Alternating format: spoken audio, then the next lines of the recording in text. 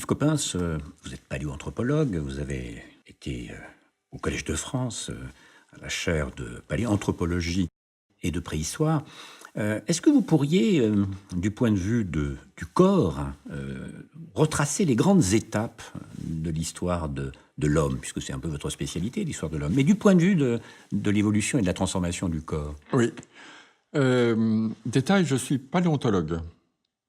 Parce que comme je fais du terrain, si je n'étais que paléoanthropologue, sur le terrain, quand vous trouvez un bout de reste humain, c'est que vous avez trouvé auparavant 5 tonnes de restes de vertébrés. Donc il vaut mieux savoir de quels vertébrés il s'agit et savoir étudier les vertébrés avant de passer à l'étude du petit bout d'homme qu'on a récolté. Alors l'histoire de l'homme, c'est assez simple en fait.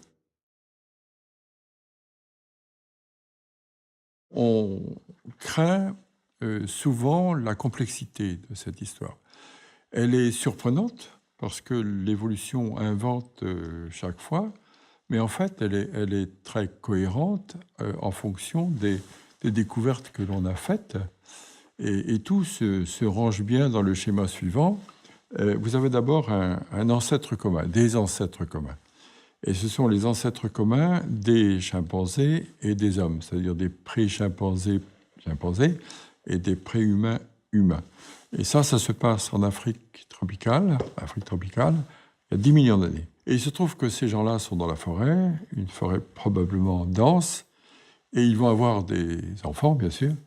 Et ces enfants, leurs descendants, vont se trouver par hasard parce qu'il y a des changements climatiques, soit dans la forêt dense comme les parents, soit dans une forêt beaucoup plus ouverte. Et du côté couvert, ce seront les pré-chimpanzés et les chimpanzés qui vont rester dans la forêt, qui sont encore aujourd'hui dans la forêt, et pré-humains humains qui se trouvent dans un paysage plus découvert. Alors le paysage plus découvert, d'après ce que l'on sait par la botanique, et par aussi les restes d'études des dents de mammifères. L'étude des dents de mammifères montre qu'il y avait à ce moment-là des plantes qui étaient déjà des plantes des graminées, des plantes herbacées. Donc il y avait probablement pour les préhumains un paysage de forêt claire et de grandes étendues ouvertes de prairies, quoi. Et la transformation, l'adaptation des descendants du côté préhumain qui nous intéresse, ça a été le redressement du corps. Moi, je trouve ça extravagant parce que ça paraît étonnant. L'évolution est étonnante. Hein. Ça paraît étonnant de bricoler à ce point, de transformer un quadrupède en bipède, c'est pas rien. Alors la transformation en bipède, ça veut dire que au lieu de ne manger que des fruits comme les ancêtres, ce premier préhumain mange des fruits en l'air, c'est-à-dire qu'il continue à grimper, et mange des racines à terre. Donc il marche. Il est debout, il est bipède et il est arboricole. Et ça transforme complètement le corps. Quand vous passez de la quadrupédie à la bipédie, vous avez forcément un changement de stature. Vous avez la tête qui est posée différemment sur la colonne vertébrale. Vous avez une colonne vertébrale qui a 4 courbures pour établir un peu l'équilibre de la station debout. Vous avez un bassin qui est un bassin qui supporte l'ensemble du corps et des organes, enfin l'ensemble du bassin, et puis du tronc et des organes. Donc c'est un bassin en pression, c'est un bassin qui est un peu écrasé, qui n'est pas très haut, et qui est beaucoup plus large. Et puis vous avez bien sûr un long membre inférieur et un beaucoup plus court membre supérieur. Donc c'est à peu près la description de ces préhumains. Et petit à petit, ce changement climatique va s'accuser. C'est tout, hein, jusqu'à aujourd'hui d'ailleurs. Et ce changement climatique va devenir de plus en plus sec. Et à chaque fois, les préhumains vont se transformer vers des formes de mieux en mieux bipèdes, de moins en moins arboricoles, de plus en plus aptes à marcher et à courir. Et on passe à ce fameux monde des australopithèques, qui ne sont pas encore humains, mais presque, et qui marchent mieux, courent mieux, et ont un dimorphisme sexuel très important, c'est-à-dire qu'ils sont beaucoup plus agressifs. Dans un milieu découvert, on est agressif, hein, on a intérêt à résister aux prédateurs. Et arrive à 3 millions d'années, nouveau changement climatique, toujours dans la même foulée. Ça change, ça change, ça change, de plus sec en plus sec en plus sec. Et là, 3 millions d'années, on passe du préhumain à l'humain avec l'émergence de l'homme. Et l'homme, il a véritablement une adaptation à ce climat sec qui passe par trois niveaux. D'une part, la tête. La tête devient plus volumineuse, mais ce n'est pas suffisant. Mais elle devient remplie d'une autre manière, sûrement, mais on n'a pas le remplissage. Et avec un crâne, un cerveau, un encéphale beaucoup plus plissé, beaucoup plus riche, beaucoup plus complexe. On voit ça aux circonvolutions marquées sur la face interne de la boîte crânienne, beaucoup mieux irriguées. On le voit aussi à l'empreinte des vaisseaux sur l'intérieur de la boîte crânienne. Donc voilà, 1. 2, c'est la mâchoire. Les dents se transforment pour une alimentation omnivore. Il y a moins de végétaux. Donc au lieu de n'être que végétarien, il devient végétarien et carnivore, c'est-à-dire omnivore, mange de tout. Et puis, troisième chose qu'on oublie souvent, changement du système respiratoire supérieur. Et le changement, parce que dans un paysage sec, il faut changer la respiration. Il suffit de voir aujourd'hui la répartition des populations humaines en fonction du climat. Hein. Le nez n'a pas du tout la même forme, parce que la respiration n'est pas la même. Et là, ce changement des voies respiratoires supérieures, ça entraîne la descente du larynx, ça entraîne l'installation de la caisse de résonance entre le larynx et la bouche, et ça dégage le palais qui s'approfondit, la mâchoire inférieure qui se rétrécit, et ça donne la liberté à la langue. Liberté de la langue, caisse de résonance et corde vocale, ça fait le langage articulé.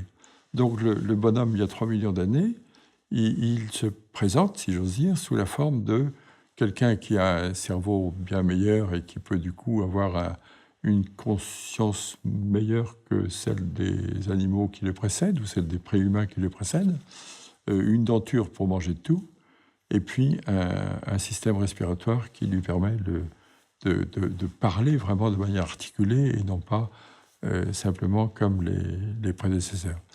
Et tout ceci fait qu'ensuite, il y a un échange permanent entre le cerveau, la parole et puis la main qui saisit et qui façonne.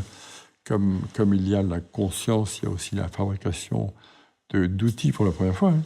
Fabrication d'outils en pierre ou en os ou en bois pour une fonction précise à distance. Et cet échange, ce dialogue entre ces trois éléments va se poursuivre jusqu'à l'INSEP.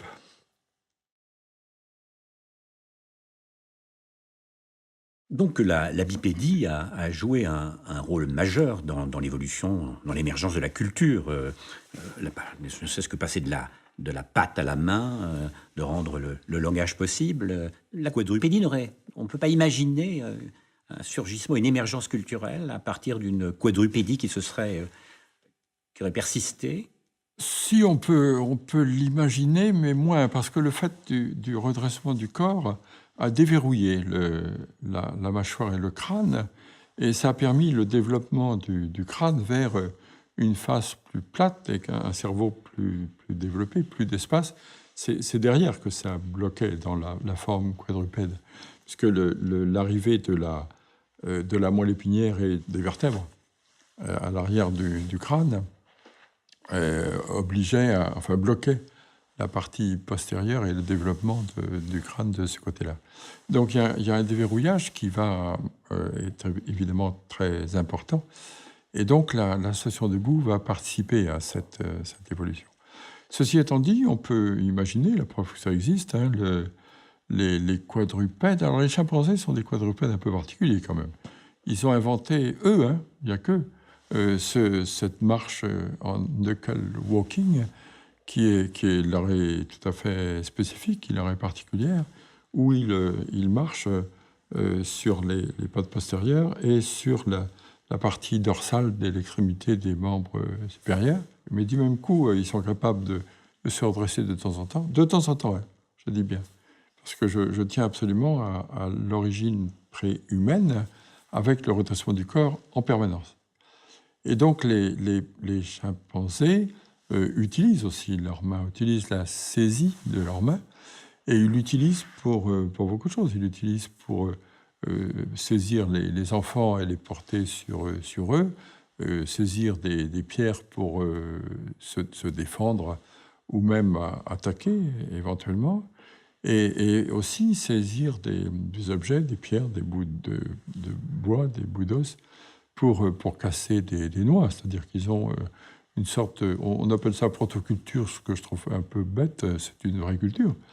C'est une vraie culture, mais elle n'est pas évidemment aussi élaborée que celle des humains qui vont prendre un autre caillou, taper avec l'un sur l'autre, et puis obtenir une troisième forme. C'est un autre niveau dans la réflexion, quoi. Donc le quadrupède aurait pu et peut toujours parvenir à un niveau de conscience plus élevé. Ceci dit, le redressement du corps, du point de vue mécanique, du point de vue biomécanique, du point de vue de la mécanique du vivant, a facilité les choses et les développements. Oui. Il nous reste quelque chose de cette quadrupédie Ah oui, beaucoup de choses. des origines? Oui, beaucoup de choses. Par exemple, il paraît, moi je n'ai pas vérifié, mais ce serait facile, que quand on balance les bras, on les balance comme si c'était des membres qui touchaient encore terre, et dans le sens d'une quadrupédie. Et le grand exemple, c'est celui de la femme, dont l'utérus ne s'est pas adapté à la bipédie. Il est toujours en situation de quadrupède, alors que le vagin, heureusement, est en situation de bipédie. Donc là, il y a un angle qui fait que la bipédie est toute neuve, toute nouvelle, et qu'elle a dû transformer aussi cet organe essentiel, et que la quadrupédie est encore très, très visible. Alors, certains de vos collègues posent l'hypothèse que la bipédie pourrait être liée aussi au fait que ces humains, ces préhumains ou ces premiers humains se seraient suspendus aux arbres. Oui, c'est-à-dire que ça peut faciliter la transformation sur le plan biomécanique, c'est vrai. Quand on s'adapte, on change son corps, mais on change son corps, on ne peut pas le changer n'importe comment, on le change en fonction de son petit bagage génétique que l'on transporte avec quelques mutations en plus, quoi. Or, en l'occurrence, lorsque l'on fait l'analyse, la radiographie, par exemple, des bassins, ça montre le tissu, les tissus intérieurs au bassin, et ces tissus ont des lignes de force qui correspondent aux efforts particuliers faits par les uns et les autres. Et là-dedans, il y a des trabécules, c'est-à-dire des lignes de force. Donc, quand vous faites une analyse de l'histologie des tissus de l'intérieur du bassin de ces quadrupèdes dont vous parlez, les lignes de force, les trabécules, sont parallèles. Et sont parallèles parce que les forces principales, quand on grimpe aux arbres, sont dans le sens du haut en bas, quoi. Et en l'occurrence, quand on se lève, c'est autre chose. Et quand on se lève, c'est très intéressant, parce qu'à ce moment-là, il y a cette fonction supplémentaire dont on a parlé, qui est ce support de tout le reste du corps. D'un coup, le bassin, si vous voulez que je me lève, vous verrez, doit supporter un bon poids. Et ce bon poids qui fait la forme du bassin des préhumains et des humains, eh bien, il se traduit dans l'histologie du bassin par des trabicules qui se croisent. Et vous savez, c'est comme certains sièges d'aujourd'hui, où le croisement permet de s'asseoir de manière beaucoup plus stable, c'est-à-dire que ce qu'on appelle le chiasma des trabicules, chiasma trabéculaire, est typique d'une station debout permanente.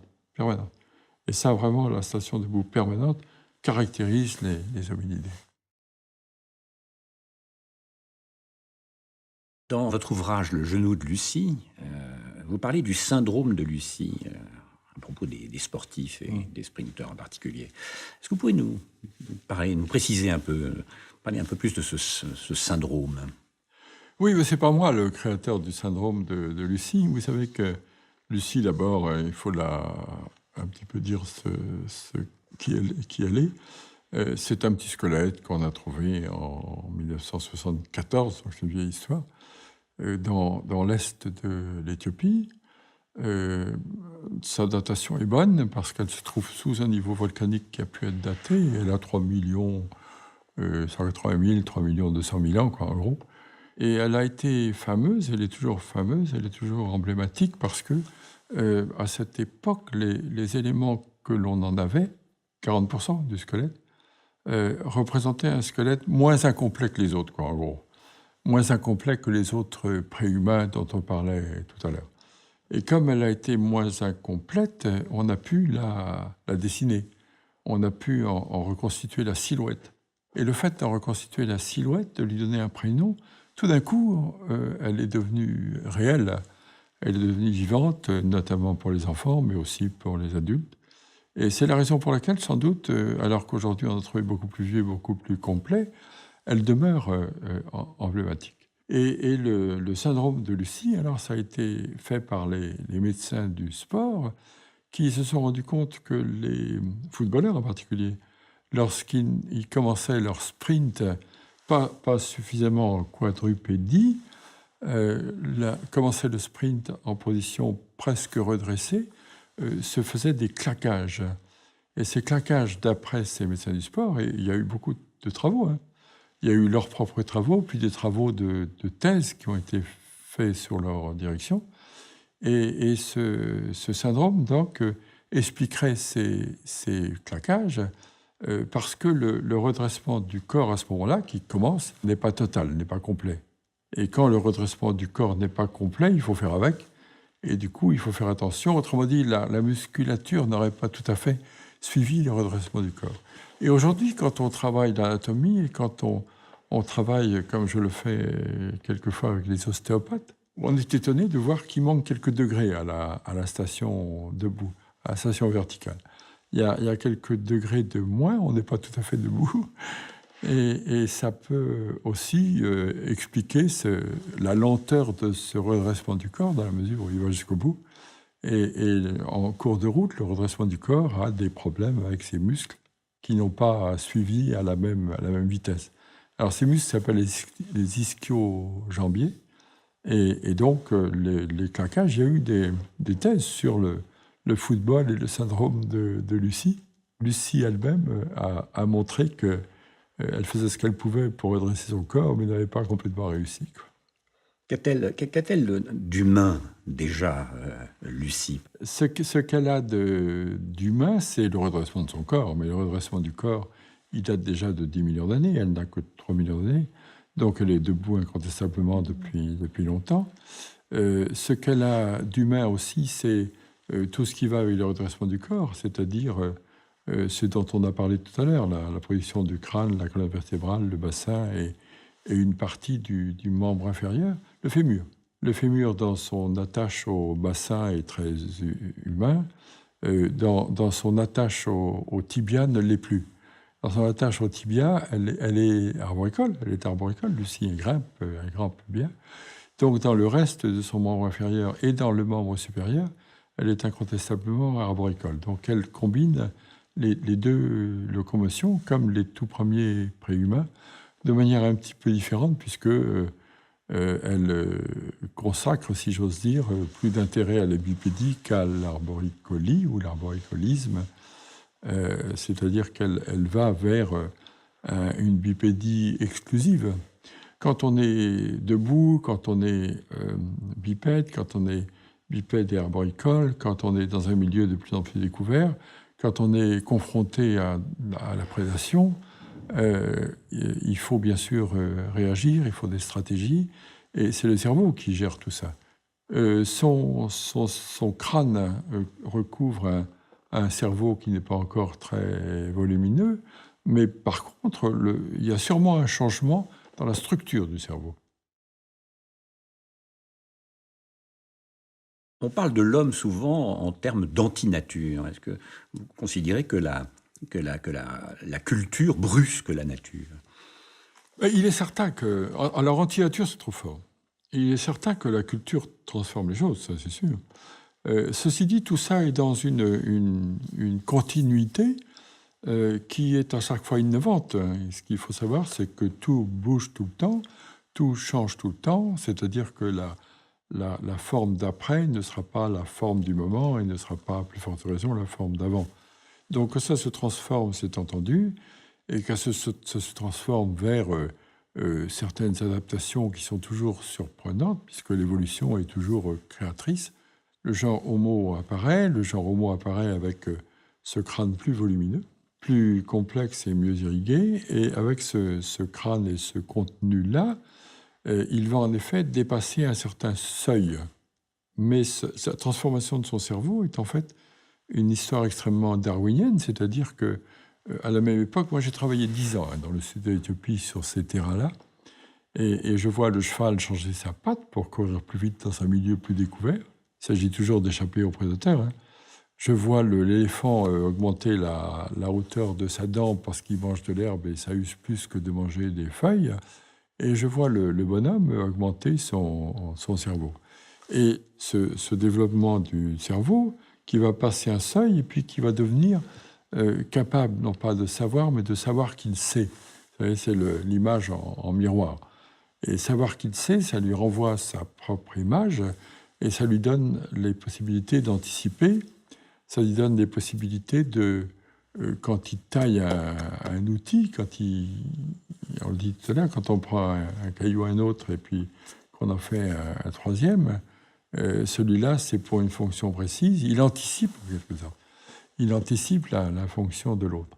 Et c'est ça la culture, c'est ça l'environnement culturel, qui tout d'un coup devient une création de l'homme au sein du milieu naturel qui existe depuis notre perception de l'univers, c'est-à-dire environ 14 milliards d'années. Donc tout d'un coup, au sein de ce milieu naturel, émerge un milieu culturel. Ce qui n'est pas surprenant, puisqu'à chaque fois, il y a une émergence nouvelle, il y a une apparition nouvelle, il y a une création nouvelle, et l'évolution ne peut pas être prédite précisément parce que les changements environnementaux sélectionnent certaines transformations et que ces formations sont des formations innovantes à chaque fois. C'est étonnant. Hein. Et donc, ce milieu culturel, en effet, va être si puissant que, à la longue, il va s'imposer et rétroagir sur le milieu naturel. Pour un préhistorien, il faut d'abord préciser que ce qui n'est pas nature, c'est culture. Hein, et culturel, tout ce qui n'est pas naturel. Donc tout ce milieu culturel va rétroagir sur la nature et continue à le faire. C'est pour ça que je pense, mais ce n'est pas partagé, qu'il n'y a pas de vraie espèce humaine. À partir du moment où l'homme a la culture, il a des différenciations ou contemporaines quand il y a séparation des populations et dérives génétiques, ou bien successives, bien sûr quand il y a évolution, et ça se poursuit. Mais il n'empêche que cette évolution ou cette diversification est toujours susceptible de subir l'action du milieu culturel et du même coup de ne pas être une vraie espèce séparée de l'autre génétiquement au point d'éviter l'hybridation. Je crois que les gens s'hybrident depuis toujours entre les différentes espèces successives et contemporaines du genre humain. Je vous donne un exemple.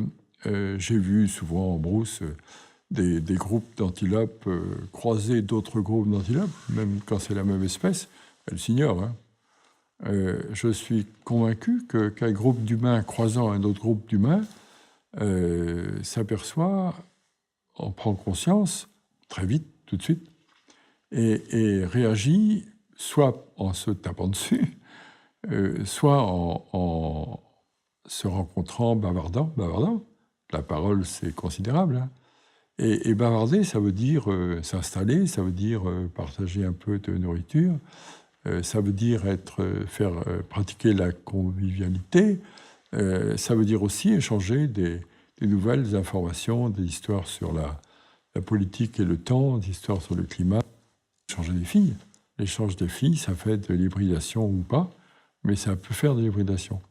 Et c'est la raison pour laquelle, encore une fois, je ne crois pas à la véritable assimilation des espèces humaines aux espèces animales. Je crois que les espèces animales sont, comme on l'a défini, des espèces qui ne sont plus interfécondables, alors que les espèces humaines, je pense qu'elles ont toujours été interfécondables. C'est le cas en particulier de Néandertal. On pourrait parler de Néandertal parce que pendant très longtemps, Néandertal avait tout de même un statut un peu inférieur, dégradé. On ne lui prêtait aucune des qualités qui appartenaient à Sapiens. Or, aujourd'hui, on a reconsidéré cela, Oui. ses compétences symboliques, le langage, Bien sûr. l'abstraction. Oui, c'est venu curieusement petit à petit. L'homme de Néandertal a été découvert pour la première fois en 1830, quelque chose comme ça, 29-30, dans les environs de Liège. Et évidemment, on ne s'y attendait pas. C'est curieux parce que les penseurs du 19e et même du 18e réfléchissaient à l'histoire de l'homme, parfois de manière très habile, très logique, malgré les convictions métaphysiques de l'époque, et ne s'imaginaient pas de toute manière que l'ancêtre de l'homme n'ait pas pu être beau.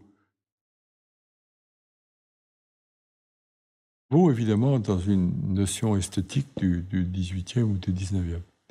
Et manque de chance, il se trouve que c'est en Europe que ce changement d'espèce, cette succession d'Homo erectus à Homo neanderthalensis, s'est faite avec une dérive génétique. Et petit à petit, on admet cette espèce, mais on est désespéré de voir qu'on peut descendre d'une pareille espèce. Donc on considère qu'elle est ancestrale de l'homme, mais pas directe, quoi. C'est un cousin, tout le monde le veut bien, mais c'est un cousin qui est rejeté. On n'admet pas Néandertal. Et Néandertal, en effet, se présente avec un crâne beaucoup plus long, qu'on appelle dolichocéphale, un front qui fuit, c'est-à-dire qu'il n'est pas haut, il file tout de suite derrière les orbites, un menton qui fuit, une pommette un peu forte avec des bords de la face qui fuient, enfin tout fuit, et puis des grosses arcades au-dessus des orbites, enfin il n'est pas très présentable. Et on n'en veut pas, quoi. En gros, on ne peut pas descendre d'un homme aussi laid, encore une fois dans cette optique de l'esthétique du 19e, bien sûr. Et manque de chance, en un sens, pour Néandertal, dès 1800, je crois que c'est 68, on découvre l'homme de Cro-Magnon. Alors l'homme de Cro-Magnon, c'est un homo sapiens, c'est un homme moderne, c'est lui qui a peint toutes les belles grottes françaises et cantabriques et espagnoles. Et cet homme de Cro-Magnon, on le trouve sur les bords de la Vézère, dans un abri qui s'appelle l'abri de Cro-Magnon, qui appartient, je crois, à M. Magnon. Et cet homme-là est un homme moderne, ouf. Et du même coup, il a un front haut, il a un vrai menton, il a un crâne brachycéphale, c'est-à-dire beaucoup plus rond et moins allongé. On s'y reconnaît, quoi. Donc, Cro-Magnon est vraiment notre ancêtre, et Néandertal est quelqu'un qui est sur une autre lignée, en disant qu'il n'est pas capable de réfléchir, qu'il ne pense à rien, qu'il est bestial, qu'il est stupide, qu'il est, enfin, etc. Tous les qualificatifs à ce moment-là lui sont tombés dessus, malheureux, pour éviter qu'il ne soit l'ancêtre, en quelque sorte. Et en effet, on constate que l'homme de Néandertal est un homme petit, râblé, puissant, avec de forts membres et de forte musculature aux membres supérieurs et inférieurs. Et on le voit bien, meilleur boxeur, meilleur catcheur, mais pas tout quand même. Pas meilleur coursier, par exemple. L'homo sapiens est bien équipé à cet égard, quoi. C'est plus rapide. Donc il peut pas, oui sûrement, il peut pas être meilleur en tout, mais il peut en effet, puisque c'est une espèce entre guillemets, même si je ne crois pas aux espèces humaines, une pseudo-espèce humaine en tout cas différente et bien démarquée de l'autre espèce. Et le développement des uns et des autres est à chaque fois une adaptation aux conditions climatiques, environnementales, de consommation de nourriture. Et Néandertal s'est trouvé en milieu isolé, comme dans une île, qui était l'Europe, et une Europe insulaire, et il s'est trouvé donc confronté à des moments d'interglaciation, comme aujourd'hui, et puis des moments de glaciation qui ne devaient pas être très faciles. Mais il est possible aussi que certaines petites populations de Néandertal aient disparu complètement, enfin, que la contraction du peuplement se soit tellement accentuée que dans certains îlots, cet homme-là est disparu. Mais enfin, si vous les mettez tous les deux sur des stades, encore mieux si vous mettiez tous les pseudo-espèces humaines sur un stade, ce serait drôle de voir les différentes qualités sportives et qualités compétitives. Des uns et des autres.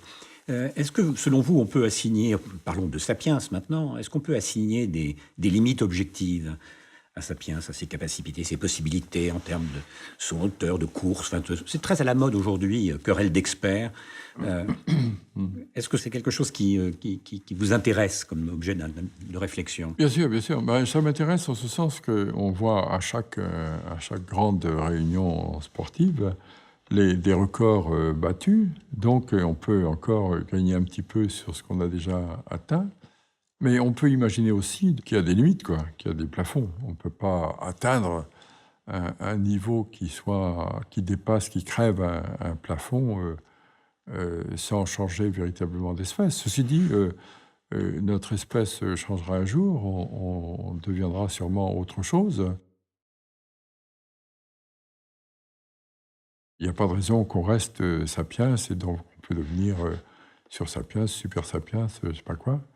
Et à ce moment-là, les performances peuvent aussi augmenter en fonction de l'adaptation de ces formes nouvelles, qui sont encore une fois, pour moi, pas de vraies espèces. C'est en effet impressionnant parce qu'on a l'impression qu'il n'y a pas de limite. Il y en a forcément. Il y a forcément un plafond.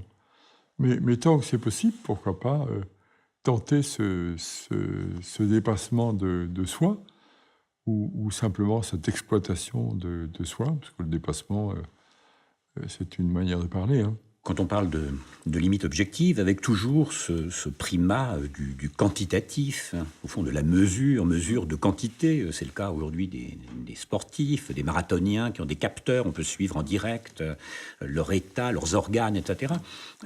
Et cela, je dirais, c'est devenu presque exclusif, hein, cette approche par la mesure. Oui, mais ça fait partie du progrès des sciences. Hein. Finalement, ce que l'on peut quantifier ne fait que préciser l'information, et en ce sens, il n'y a pas de raison de refuser cette quantification. De la mesure à la démesure.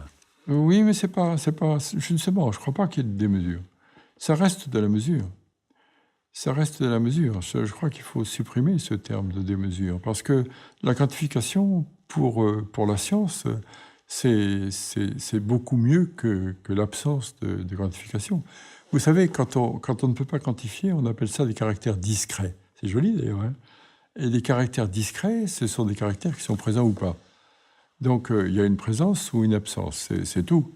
On n'arrive pas à les quantifier. Et c'est une gêne pour la science. Elle est frustrée un petit peu quand elle ne peut pas quantifier. Donc, tant qu'on peut quantifier, faisons-le. Et pour moi, il n'y a pas de limite. Il n'y a pas de gêne, ni éthique, ni quoi que ce soit, en ce qui concerne ce soi-disant excès de mesure. Non, je comprends. Il n'y a de science que du mesurable. Hein. Donc, la mesure est essentielle. Ah, quand même, le caractère discret, c'est de la science aussi. Hein. Présent ou absent. Présent ou absent. Mais lorsque cette démarche quantitative, entre guillemets, si la science mesure, et par exemple du sport, ça peut donner aussi la recherche de la performance pour la performance. Oui. Donc là ici, la mesure peut avoir des effets qui sont des effets, en l'occurrence, pas scientifiques, enfin, qui relèvent d'une autre perception de l'humain, simplement en termes de quantité de vitesse, quantité de hauteur, quantité de... Oui, mais ça fait partie de la mesure de l'humain. L'humain, c'est un corps et un esprit, et ce corps, avec la puissance de l'esprit, qui joue un rôle, peut en effet atteindre des performances extrêmes dans différents domaines, au point de dépasser toutes les performances acquises précédemment. Par exemple, est-ce que le millième de seconde peut être incarné? Oui, bien sûr. Ou est-ce que ça reste une pure abstraction que des techniques peuvent mesurer? Mais est-ce que ça a un sens, je vais Oui, presque dire humain? oui, pour moi, oui. Pour moi, d'abord, il ne faut pas nier la science en quoi que ce soit. Et la précision dont vous me parlez, pourquoi pas? Même, on peut même aller au-delà. Oui, il n'y a pas tout d'un coup une limite au-delà de laquelle ça n'a plus de sens. Il faut au contraire la pousser au maximum jusqu'à se rendre compte qu'à partir d'un certain stade, qu'à le dire, les humains se rejoignent, enfin, ou les humains performants se rejoignent. Mais pour moi, il n'y a pas de limite là. Il n'y a pas de limite éthique, encore une fois, ou de limite réelle dans la compréhension des choses. Allons-y, quantifions.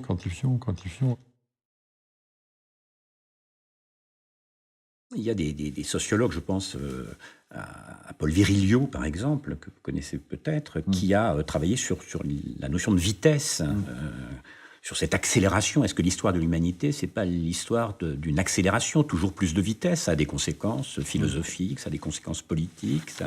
C'est pas simplement le triomphe de la science capable d'accélérer. Ça a peut-être aussi des conséquences dans la manière dont les hommes se perçoivent, vivent ensemble.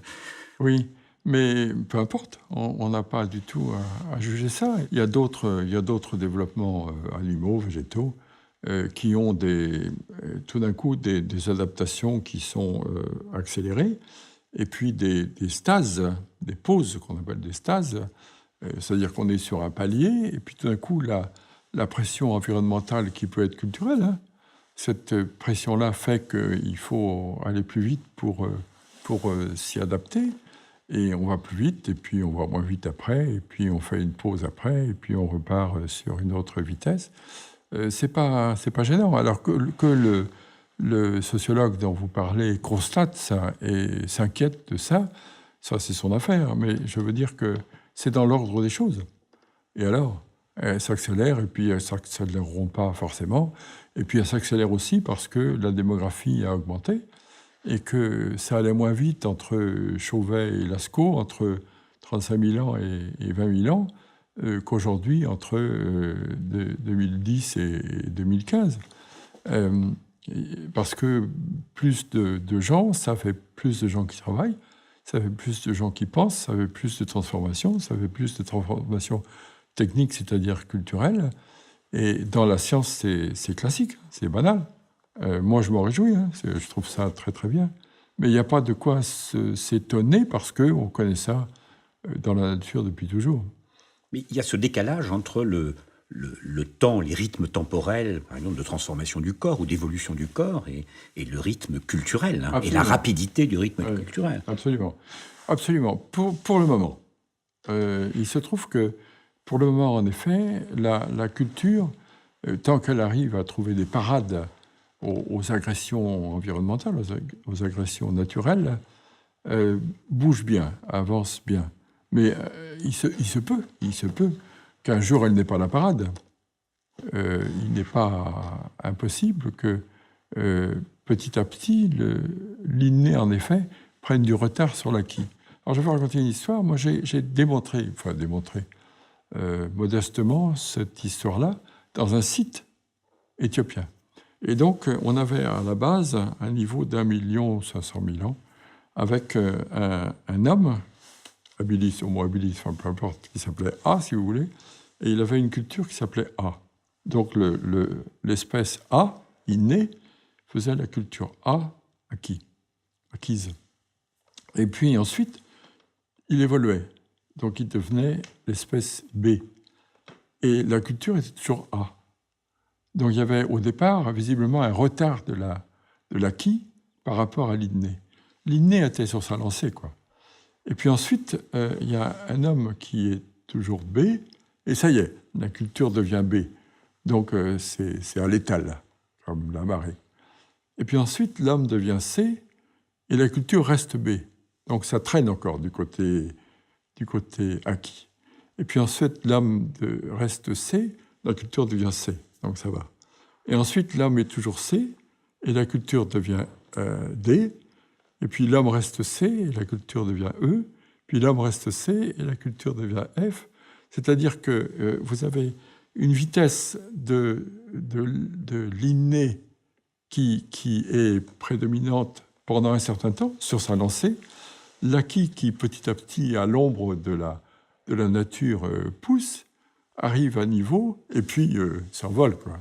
Donc c'est pour moi l'acquisition de la liberté. Tout d'un coup, on voit l'acquis, la culture qui devient prédominante, qui prend une telle vitesse de développement qu'elle laisse en place la nature. Et c'est une espèce de démonstration sur le terrain de ce développement de l'acquis par rapport à l'inné, c'est-à-dire de la culture par rapport à la nature. Lorsque l'on parle d'Homo sapiens, souvent on associe, c'est Edgar Morin d'ailleurs qui le fait souvent, Homo ludens, pourquoi pas Homo démens, mais enfin, retenons Homo ludens. Est-ce qu'on peut imaginer les Australopithèques, Lucie, en train de jouer, mais pas de jouer au sens où les animaux jouent, on sait bien que les animaux jouent, mais avec des règles, donc ça suppose des capacités symboliques, des capacités d'abstraction. Est-ce que l'état de la science permet de répondre à cette question? Non. Non, mais quand même, je reprends ce que vous disiez à propos du jeu. Dans l'histoire d'un individu, il y a évidemment une petite enfance, une adolescence, et puis un stade adulte. Et comme vous le savez bien, le jeu fait partie de l'apprentissage, quoi. Alors que les petits jouent, et que les petits singes jouent, et que le petit Lucie est joué, ça va de soi. C'est une manière de se frotter à la vie, c'est une manière de se frotter aux autres, c'est une manière de combattre, c'est une manière aussi d'atteindre des performances, etc. Ça fait partie de l'apprentissage. Alors quand on passe de ça à l'état adulte, quand on passe de le stade adolescent au stade adulte, pourquoi il n'y aurait pas perpétuation des jeux sous une autre forme? Je n'en sais rien, mais on n'a pas les moyens, en tout cas, de dire que la population de Lucie se soit livrée à des jeux codés, en quelque sorte. La seule manière que l'on ait aujourd'hui, c'est de regarder ce que font les populations actuelles de singes et ce que font les petites populations humaines actuelles, qui sont dans une certaine mesure seulement, le reflet des populations plus anciennes. Chez les Esquimaux, par exemple, il y a des compétitions de cris, de gens qui se disputent, et c'est le public qui, en quelque sorte, est présent et qui juge qui a gagné ou pas. C'est-à-dire que ça n'entraîne pas de dommages, ça n'entraîne pas de blessures, ça n'entraîne pas de mort. Dans d'autres sociétés, c'est plus vif, et ça peut aller jusqu'à la mort, enfin on connaît bien ça. L'histoire de chevaliers et de tournois que nous avions, c'était quand même un peu rude. Les animaux s'évitent, ne vont pas jusqu'à l'extrême, à l'action extrême qui conduit à la mort, mais s'arrêtent en temps utile dans la mesure où celui qui est battu le reconnaît en quelque sorte et se soumet. Mais je ne suis pas capable de dire si dans la population de Lucie, il y avait des gens que l'on mettait en rang et qui, au coup de sifflet de Lucie, partaient pour faire un certain nombre de mètres, de dizaines de mètres, de kilomètres pour voir qui serait le premier. Je ne suis pas sûr que ça aille jusque-là, quoi, parce que l'évolution de la pensée est quand même lente, quoi. Le sport, c'est une façon aussi d'instituer artificiellement des rivalités réglées, avec l'idée de compétition, par Oui, exemple. bien sûr. Comment analysez-vous ça? Oui. Moi, je ne suis pas contre du tout. J'ai connu des collègues, Albert Jacquard, par exemple, et dans une certaine mesure Michel Serres, qui aimaient beaucoup le sport, mais qui étaient hostiles à cet aspect compétitif. Moi, non. Je pense que la compétition fait partie de manière inhérente de la nature animale, et de la nature, en l'occurrence humaine en particulier. Et je pense qu'elle peut s'exprimer précisément de cette manière-là. Et la compétition existe partout. Émulation et compétition, c'est peut-être pas exactement la même chose. Ça, c'est proche. Parce que l'une active l'autre quand même. Enfin, la compétition ne peut que nourrir l'émulation. Donc, il y a peut-être des nuances, mais je ne les vois pas très nettement. Par exemple, dans le monde antique, où on cherche l'épanouissement de soi, il y a une émulation, je ne sais pas, dans le dialogue platonicien, par exemple. Alors que dans le monde moderne, il y a plutôt l'idée d'un dépassement de soi. Et la compétition, est-ce qu'elle ne serait pas à la mesure de ce nouveau paradigme, ce perpétuel dépassement de soi-même? Je ne vois pas de différence fondamentale. Je pense que vous avez raison de faire des nuances entre l'une et l'autre. Ceci dit, elles se rejoignent et l'une est peut-être le produit de l'autre, mais elles sont quand même de même nature. Je parlais tout à l'heure de l'histoire des Esquimaux, que je connais un petit peu, où l'affrontement est verbal. Mais au-delà de cet affrontement verbal, on peut passer à l'aspect compétition tout de suite, voire à l'aspect lutte, voire à l'aspect guerre. C'est inhérent à la nature, non pas humaine, mais à la nature de l'être vivant en général. Hein. Si dans un équilibre, un écosystème, il y a des dominants, c'est pas pour rien. Aussitôt qu'on installe des gosses dans une cour de récréation, il y en a un qui, très très vite, va dominer les autres. On peut toujours essayer d'étaler les enseignements. C'est bien d'essayer de réduire ça par la culture. En un sens, c'est bien.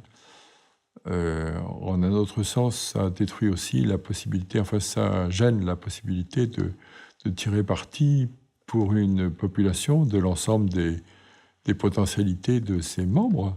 Et c'est pas du tout exclusif des membres en question. Il y en a aucun n'est exclu, mais chacun peut apporter en fonction de ses potentialités, possibilités. Et les intelligences sont multiples. Il n'y a pas une intelligence. Hein. Il y a des intelligences vraiment très, très, très variées. Moi, ça m'a toujours beaucoup frappé et c'est tout à fait clair. Donc, je ne suis pas gêné par le fait qu'une émulation se transforme en compétition. Et les compétitions sportives, ça m'a toujours amusé. Et qu'il y ait des numéros 1, numéro 2, qu'il y ait des médailles d'or et des médailles d'argent, pourquoi pas. C'est le philosophe grec Héraclite qui disait que la guerre est le père de toutes choses, pour parler de l'opposition qui est à l'œuvre dans l'ensemble, au fond, du monde vivant en particulier. Oui. Déjà dans les organismes, chez les animaux, etc. Chez l'homme, ça prend des proportions d'une autre nature. Est-ce que vous croyez, est-ce que c'est la thèse que vous soutiendriez, que c'est Sapiens qui a exterminé Néandertal? Est-ce que vous croyez qu'il y a là un premier génocide fondateur? Non. En ce qui concerne Néandertal, je ne crois pas. Je ne suis pas capable de le démontrer. Mais quand même, lorsque l'Homo sapiens serait sorti d'Afrique, ce qui a l'air d'être probable, sur le plan génétique, ça marche bien, vers 100 000 ans, il a rencontré des populations partout. Non seulement à travers l'Europe où il y avait des Néandertals, mais à travers toute l'Asie proche orientale qui était plutôt Néandertal et Sapiens. Enfin, Sapiens, ils viennent d'arriver. Et puis ensuite, l'Asie centrale et l'Asie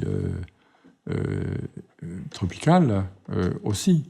Donc, j'imagine mal l'Homo sapiens fusillant tout le monde depuis l'extrême Occident jusqu'à l'extrême Orient, quoi.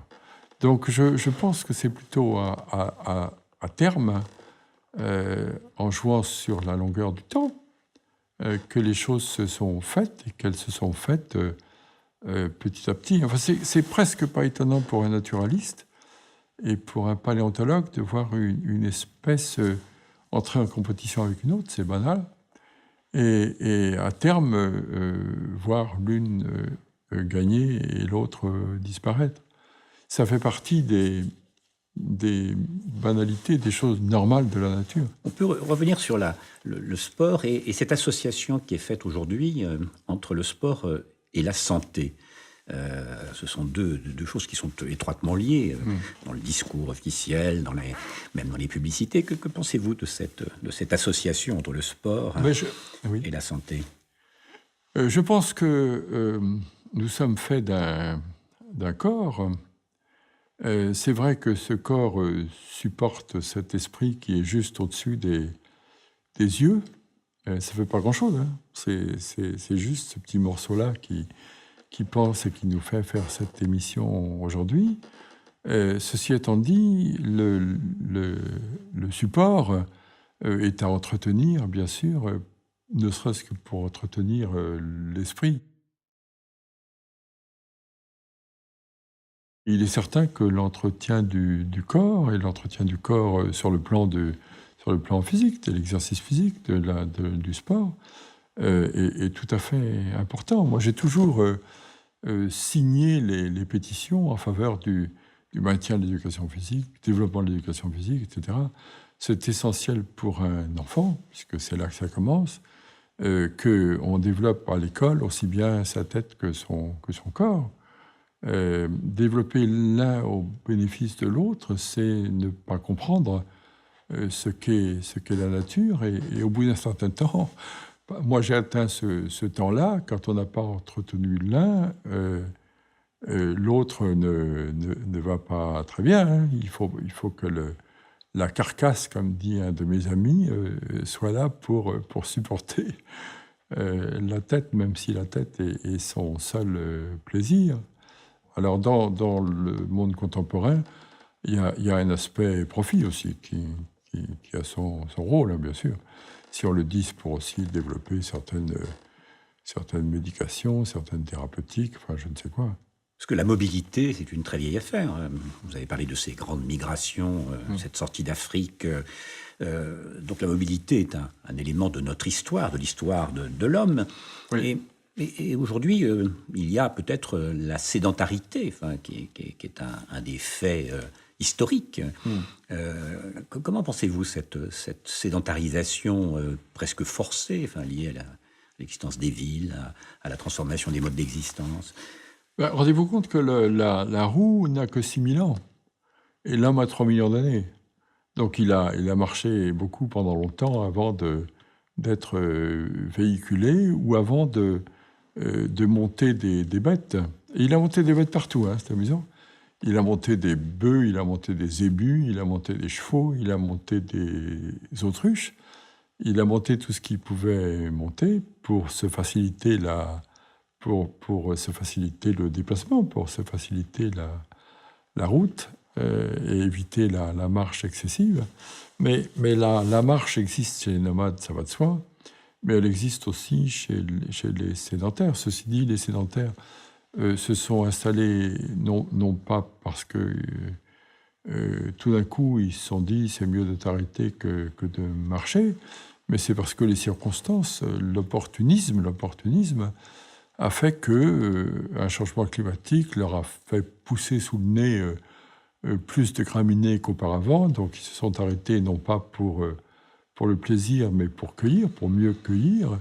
Et ce n'est qu'au bout de plusieurs milliers d'années, sans doute 2000 ans, qu'à force de cueillir, ils ont réfléchi au fait qu'en semant, c'était plus efficace. Et donc la sédentarité, elle est récente. Le nomadisme, il y en a beaucoup. Hein. Il y a différents types de nomades. Puis il y a des nomades qui ne nomadisent que de manière saisonnière autour d'un même secteur, dans un même paysage, en fonction de ce qu'ils peuvent chasser ou cueillir. Donc, faut pas. Enfin, le nomadisme a plusieurs faces, plusieurs aspects. Notons que les piétons aujourd'hui, de plus en plus, c'est le cas aux États-Unis, c'est le cas maintenant en Europe, roulent. Oui. Regardez les trottoirs maintenant. Oui. Donc on trouve une nouvelle mobilité, mais qui n'est plus celle finalement des nomades d'hier. Non, mais c'est vrai, mais tout évolue, donc pourquoi pas accepter aussi ce type d'évolution. C'est vrai que ça va dans le sens d'un bénéfice, d'un profit, d'un confort. On bouge sur des planches à roulettes, on bouge sur des rollers, c'est la même chose. On bouge dans des voitures, on bouge sur des vélos, on bouge sur des rails. ça fait partie du progrès et du confort, ça fait partie de la rapidité de la vie, dont il ne faut pas avoir peur. Moi, je suis tout à fait pour le progrès, presque quel qu'il soit, probablement. Il y a sans doute des réserves, mais je n'ai pas réfléchi où mettre ces réserves. Et il ne faut surtout pas refuser le monde d'aujourd'hui et le monde de demain, tel qu'il se présente, parce que c'est souvent un avantage. Alors, il faut le pondérer, c'est vrai. Mais il ne faut pas avoir le syndrome de ma belle-mère. Alors, c'est méchant ce que je dis. Et ce que j'appelle le syndrome de ma belle-mère, c'est que toutes ces phrases commencent par « avant ». Et avant, forcément, c'était mieux. Or, si vous commencez à dire ça aux jeunes gens, dans les classes, dans les écoles, dans les lycées, je ne sais quoi, dans les facs, vous les désespérez. Pourquoi désespérer ces générations qui arrivent, alors qu'elles feront aussi bien et sûrement mieux, sans doute mieux, il y a des chances que ce soit dans ce sens-là, que nous. Donc, tout ce que vous dites là sur le déplacement et la facilité de déplacement, prenons-le. Parce que que le progrès est un accroissement, d'abord, un accroissement quantitatif. Qu'il soit qualitatif, c'est une autre affaire. Pourquoi l'accroissement quantitatif se transformerait-il en un bon qualitatif? Il n'y a aucune loi, ni scientifique, ni aucune loi de l'histoire qui justifie cela. Non, mais ça, vous ne pouvez vous en rendre compte qu'à posteriori. Donc, c'est à prendre quand même, quoi. C'est au terme de cette histoire-là que l'on voit si ça a été favorable ou pas. Ceci étant dit, c'est un peu craindre la science que de dire non, je refuse. Moi qui ai vécu avec Homo erectus, il y en a qui refusaient le feu. C'est exactement pareil. Hein. C'est un report sur une autre période, mais ces périodes-là, on les a toujours connues. Sûrement qu'à l'époque des premiers hommes, il y en a qui refusaient de fabriquer des pierres taillées. Il y en a qui continuaient à utiliser la pierre telle qu'elle était, parce qu'il y a toujours des nostalgiques. Et puis, il y a ceux qui fabriquaient de vraies pierres, et ceux-là faisaient avancer l'histoire de l'humanité. Donc, ce que l'on dit dans le sens du confort, c'est vrai qu'il faut s'en méfier. Ceci dit, quand il est offert, pourquoi pas le prendre? Et ensuite, on peut le pondérer. L'avantage et en même temps la terrible responsabilité de l'homme, c'est qu'il est précisément libre et responsable. Dans l'univers à son début, non. Depuis l'époque où on l'a perçu, parce que les débuts on ne les connaît pas, il y a toujours plus grande complexité croissante, et en même temps amélioration croissante, organisation croissante. Donc il y a un premier paradoxe qui est amusant. Quand on arrive non pas à la matière brute, mais cette fois à la matière vivante, on passe de ce paradoxe-là à un autre. Mais ce paradoxe-là est là aussi. C'est toujours plus de complexité, mais meilleure organisation. Et avec la matière vivante s'ajoute plus de diversité, mais plus de contrôle avec la génétique. La génétique, quand même, elle embête. Hein. Vous voulez utiliser la nature dans toute sa créativité, vous êtes bloqué par l'hérédité. Quand même, c'est vraiment le paradoxe. Et quand on passe à la matière vivante, à la matière pensante, on a ces deux paradoxes, auxquels s'ajoute un troisième, c'est liberté et responsabilité. C'est notre embarras aujourd'hui. Et beaucoup de gens, beaucoup de peuples pensent qu'ils sont libres, mais oublient qu'ils sont responsables. Pour moi, encore une fois, n'ayons pas peur de la science, donc n'ayons pas peur du progrès, donc n'ayons pas peur du confort grandissant, donc n'ayons pas peur du transport sur roue ou sur autre chose, mais restons conscients et responsables, et soyons vigilants quant à ce progrès, parce qu'à chaque fois qu'il y a un progrès, il y a une bonne face et une mauvaise face. Regardez la radioactivité sur le plan médical, par exemple, elle a permis des développements considérables, des dépistages avant l'heure, puisque l'obsession de l'espèce dans la nature, c'est devenu l'obsession de l'homme dans l'humanité. Et donc l'obsession de l'individu, l'obsession de conservation de l'individu. Et en ce sens, la radioactivité a permis une médecine prédictive fantastique, un développement fantastique de cette médecine. On peut avoir confiance dans la technique ou dans le progrès technique, mais ça pose tout de même, prenons un exemple simple, puisqu'on parle du corps d'Homo ludens. Ce corps, est-ce qu'il n'est pas voué à la disparition quand on regarde par exemple la façon dont toutes les techniques invasives, sans entrer dans le transhumanisme ou le post-humanisme, est-ce que vous ne voyez pas quelque chose ici qui va transformer quand même assez considérablement le rapport de l'homme à son corps? Oui, si, bien sûr. L'évolution n'est jamais prévue. L'évolution est créatrice. Et l'évolution, c'est-à-dire l'histoire au fond, crée en fonction de l'environnement. C'est l'environnement qui va faire pression et qui va faire que la transformation se fait dans une direction ou une autre. Donc, par définition, on ne peut pas prévoir l'avenir. Pour la paléontologie, c'est une bonne chose, hein, parce qu'on est tranquille. Quand on nous dit « vous connaissez le passé, mais qu'est-ce que ça va devenir ?» on n'en sait rien. Ceci étant dit, vive la science, mais restons vigilants. Et ce que je disais tout à l'heure, c'est le bonheur de la radioactivité dans certains domaines et l'horreur de la radioactivité dans les domaines d'énergie atomique et de bombes. Mais l'homme libre et responsable, tel que vous le mettez en évidence, il est aussi confronté à la possibilité même de disparition de son corps. C'est une possibilité. On parle aussi de prothèses intellectuelles, etc. Il y a quelque chose là qui n'est pas simplement dans la continuité, c'est pas un processus continu. Il y a des ruptures et à chaque fois des questions et des problèmes fondamentaux qui se posent.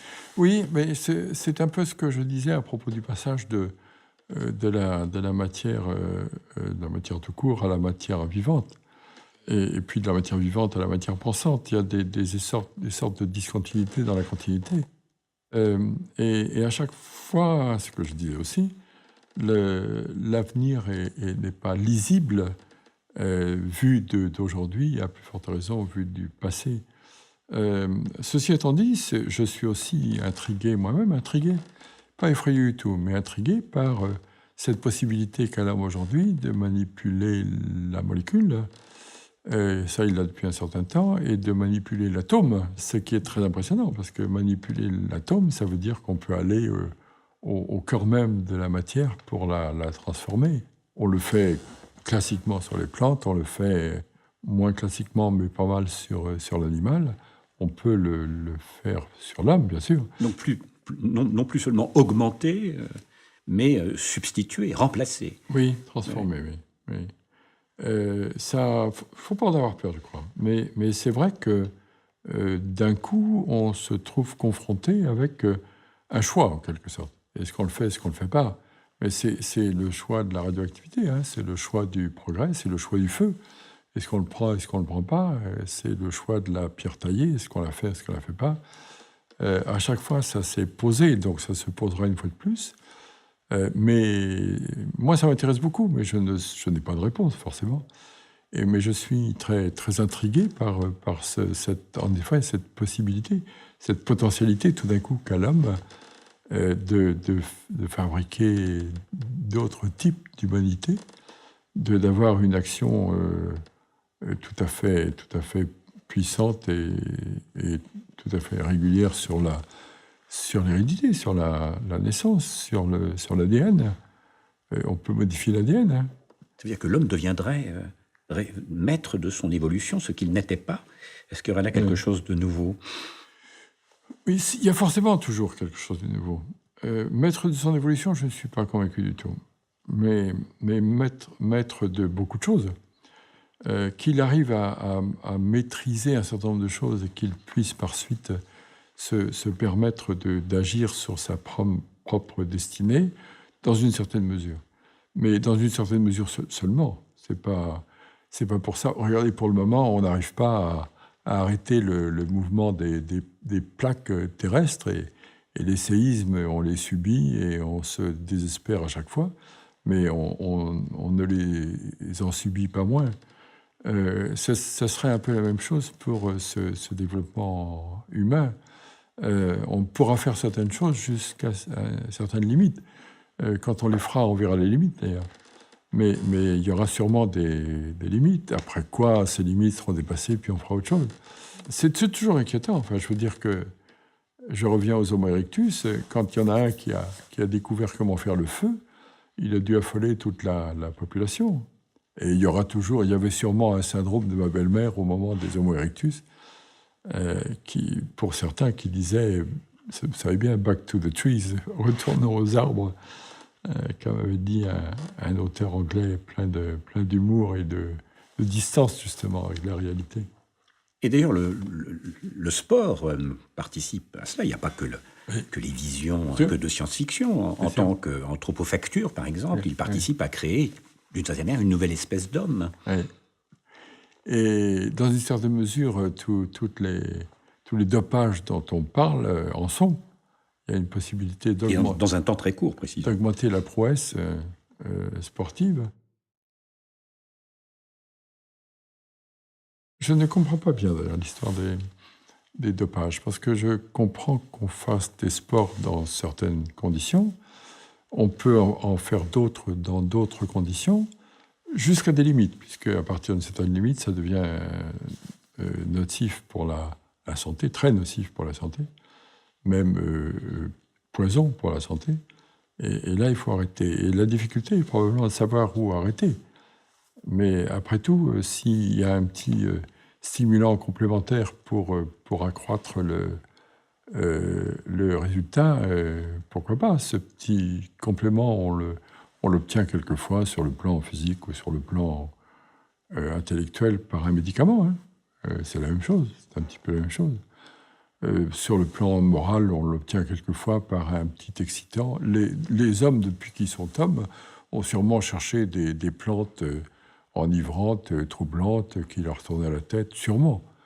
Sur le plan empirique, quand ils ont découvert une petite plante qui mâchait, faisait rêver à d'autres choses, sûrement qu'ils l'ont utilisée. Ils ne l'ont pas laissé de côté, ils ne l'ont pas acheté. Hein. Donc c'est inhérent aussi non pas seulement à la nature humaine. Hein. Il y a des bestiaux qui connaissent bien les plantes, et les chimpanzés, qui connaissent bien les plantes et qui savent les utiliser aussi à des destins de soins, ou bien à des destins d'enivrement, ou je ne sais quoi. Et donc, la nature vivante est liée à ça quand elle devient un peu consciente. Mais est-ce que vous ne croyez pas qu'il y a là une sorte de fantasme qu'on retrouve dans la littérature, bien sûr, qui est le fantasme de l'autocréation? Oui, mais ça restera un fantasme. Bien sûr qu'on a toujours... Le transhumanisme est un peu de cette nature. Oui, on a toujours des rêves de demi-urge, quoi. Oui, c'est ça. De Dieu, mais d'abord Dieu, précisément, c'est une question ouverte. On est soumis à notre corps, enfin, on a beau prolonger la vie, le corps est là et il se détraque au bout d'un certain temps. Mais de même que le corps a ses limites, l'évolution, même l'évolution imposée par l'homme, sous la forme du transhumanisme, a aussi ses limites. On a l'impression comme ça que le corps est, ce qu'on disait tout à l'heure, a été largement dominé par l'esprit, et que du même coup, la culture domine et la nature ne bouge plus. C'est un petit peu vrai, mais c'est un petit peu caricatural, parce que la nature continue à bouger, mais elle bouge de manière un petit peu secrète, un petit peu discrète, mais elle continue à bouger. C'est-à-dire que notre corps évolue au fil des années, et d'une manière qu'on n'appréhende pas bien. L'homme n'aime pas trop ne pas appréhender. Mais il est quand même intéressant de voir qu'aujourd'hui, les femmes sont obligées d'avoir affaire à des gynécologues et à des prescriptions médicales ou pharmaceutiques pour avoir un enfant. C'est inimaginable dans le monde animal. Il y a une espèce de limitation comme ça de la procréation, de la fécondité qui est surprenante. On ne se pose pas trop de questions à cet égard. Que ça veut dire? Est-ce que c'est la limite de la démographie de manière naturelle? Pourquoi pas? La fécondité aujourd'hui, elle n'est pas unanimement répartie et unanimement brillante.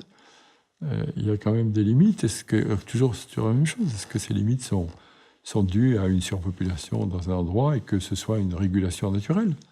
On est étonné par les régulations naturelles. Il y a des populations africaines qui ont trouvé d'elles-mêmes, évidemment, la parade contre le paludisme, et non plus le paludisme, alors qu'on cherche toujours le vaccin pour le monde entier, quoi.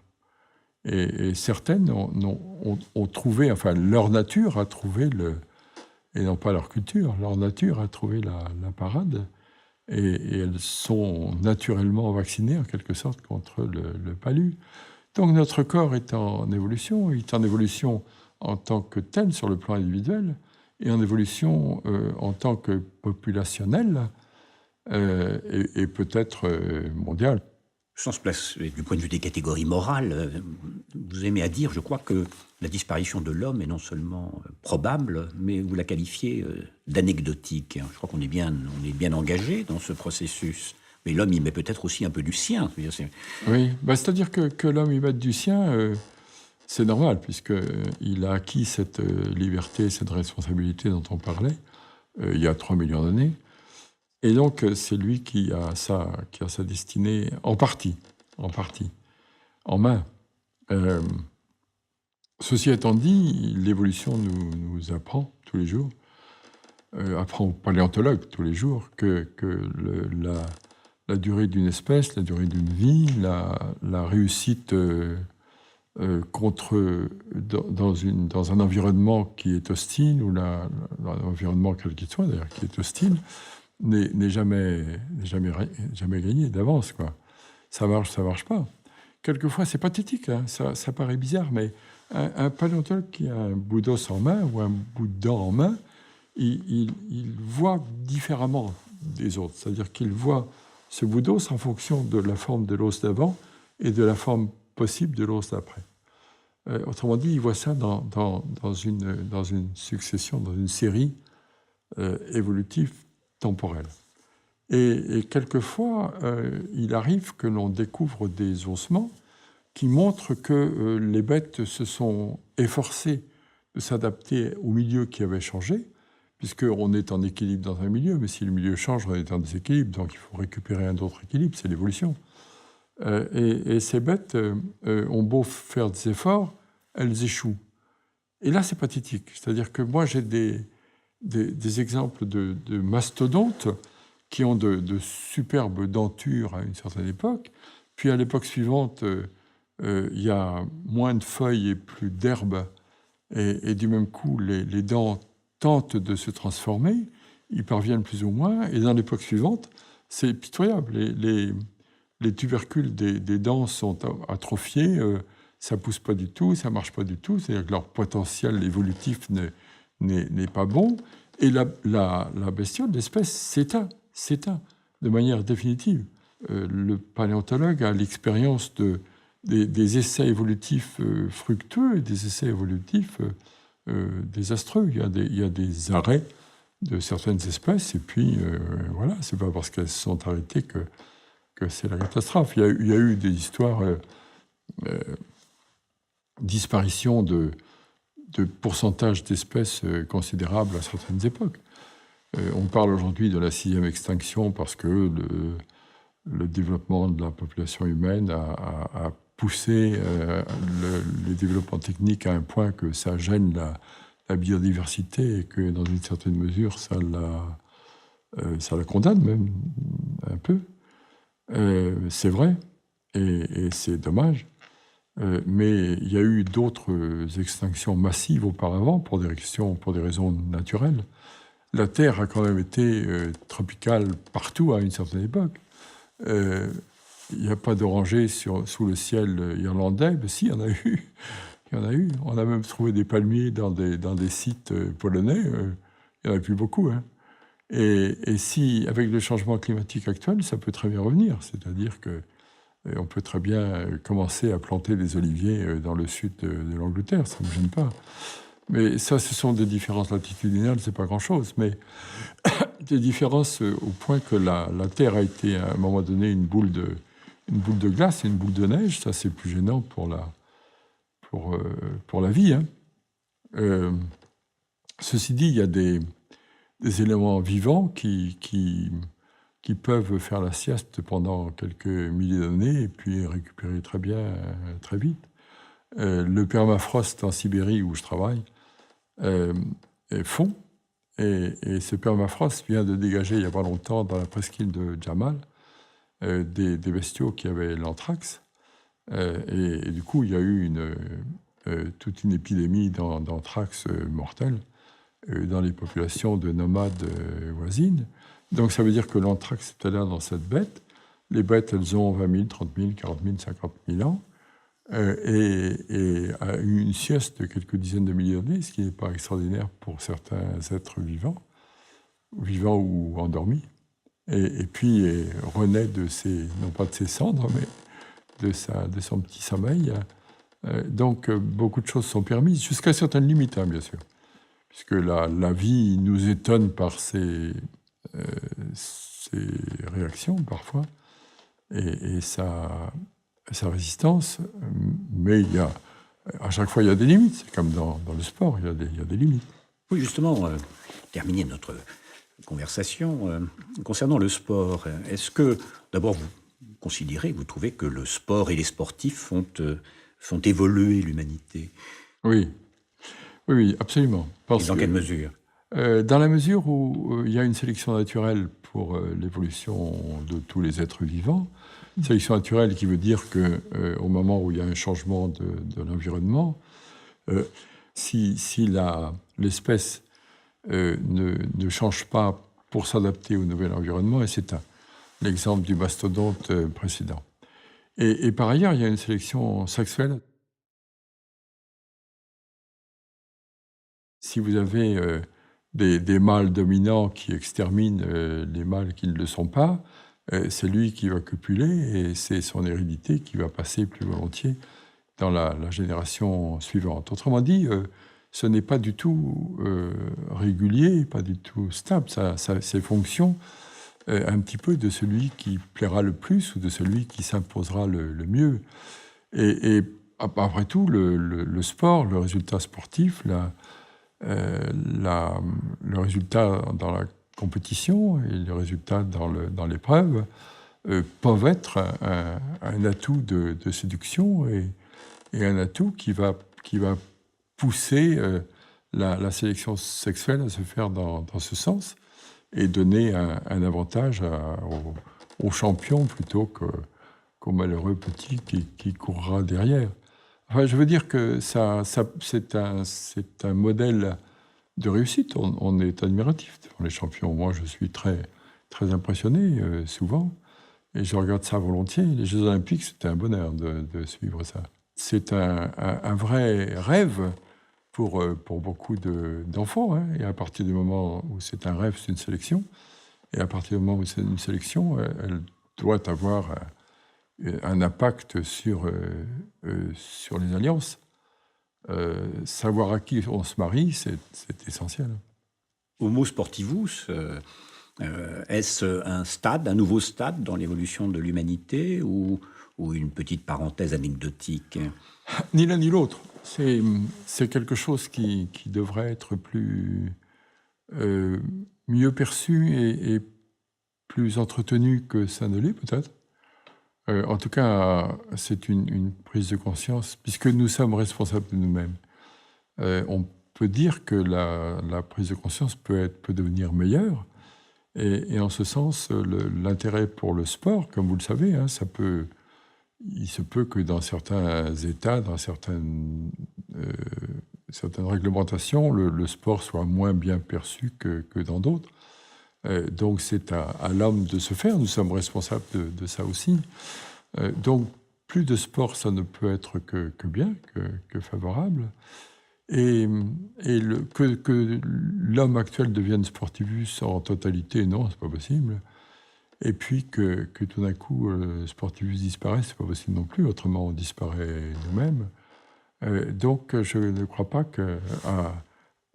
je ne crois à aucune de vos deux solutions.